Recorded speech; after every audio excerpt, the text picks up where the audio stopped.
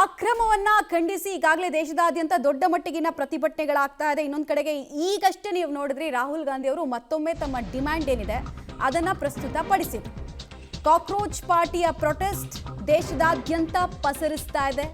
ಇವತ್ತು ಮಧ್ಯಾಹ್ನದ ಬಳಿಕ ಪ್ರತಿಭಟನೆಗೆ ಹೊಸ ರೂಪ ಸಿಗುತ್ತಾ ಅನ್ನುವಂತಹ ಕುತೂಹಲ ಇದೆ. ಪ್ರಧಾನಿ ರಾಜೀನಾಮೆ ಹೊರತು ಪ್ರತಿಭಟನೆಯನ್ನ ಕೈಬಿಡಲ್ಲ ಅಂತ ಹಠ ಹಿಡಿತಾ ಇದ್ದಾರೆ ಸಿಜೆಪಿಯವರು ಕೂಡ. ರಾಜೀನಾಮೆ ಹೊರತು ಮಾತುಕತೆ ಇಲ್ಲವೇ ಇಲ್ಲ. ರಾಜೀನಾಮೆ ಬಳಿಕ ಈ ಪ್ರತಿಭಟನೆ ಭವಿಷ್ಯ ನಿರ್ಧಾರ ಆಗುತ್ತೆ. ಪ್ರಧಾನಿ ರಾಜೀನಾಮೆ ಪಡೆದಷ್ಟೇ ನಾವು ಪ್ರತಿಭಟನೆಯನ್ನು ನಿಲ್ಲಿಸ್ತೀವಿ, ಇಲ್ಲ ಅಂದ್ರೆ ಪ್ರತಿಭಟನೆಯ ಸ್ವರೂಪ ಬದಲಾಯಿಸ್ಕೊಳ್ತೀವಿ ಅಂತ ಸಿಜೆಪಿ ಟ್ವಿಸ್ಟ್ ಅನ್ನ ಕೊಡ್ತಾ ಇದೆ.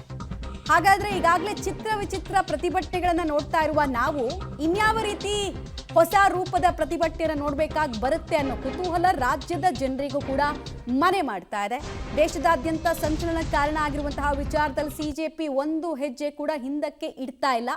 ಧರ್ಮೇಂದ್ರ ಪ್ರಧಾನ್ ಇಡೀ ಪರಿಸ್ಥಿತಿಯನ್ನು ನಿಭಾಯಿಸುವಲ್ಲಿ ಪದೇ ಪದೇ ಎಡವಿದ್ದಾರೆ ಮತ್ತು ಕೆ ರಾಧಾಕೃಷ್ಣನ್ ಕಮಿಟಿ ಕೊಟ್ಟಂತಹ ಶಿಫಾರಸನ್ನು ಸರಿಯಾಗಿ ಅಳವಡಿಸಿಲ್ಲ.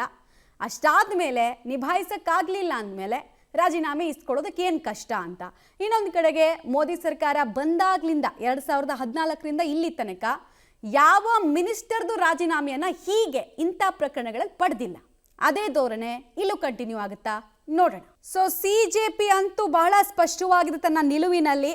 ಪ್ರತಿಭಟನೆ ಗೆಲ್ಲಬೇಕು, ಪ್ರತಿಭಟನೆ ಉದ್ದೇಶ ಈಡೇರಬೇಕು ಅಂತಂದ್ರೆ ಧರ್ಮೇಂದ್ರ ಪ್ರಧಾನರನ್ನ ಪದಚ್ಯುತಗೊಳಿಸಬೇಕು, ಪದದಿಂದ ಮುಕ್ತಿ ಕೊಡಬೇಕು. ಅದು ಕೊಡೋ ತನಕ ನಾವಂತೂ ನಮ್ಮ ಪ್ರತಿಭಟನೆಯಿಂದ ಹಿಂದೆ ಸರಿಯಲ್ಲ ಅನ್ನೋದನ್ನು ಹೇಳ್ತಾ ಇದ್ದಾರೆ. ಸಿಸ್ಟಮ್ನಲ್ಲಿ ದೊಡ್ಡ ಚೇಂಜಸ್ ಅನ್ನ ಸಿಜೆಪಿ ಬಯಸಿದೆ.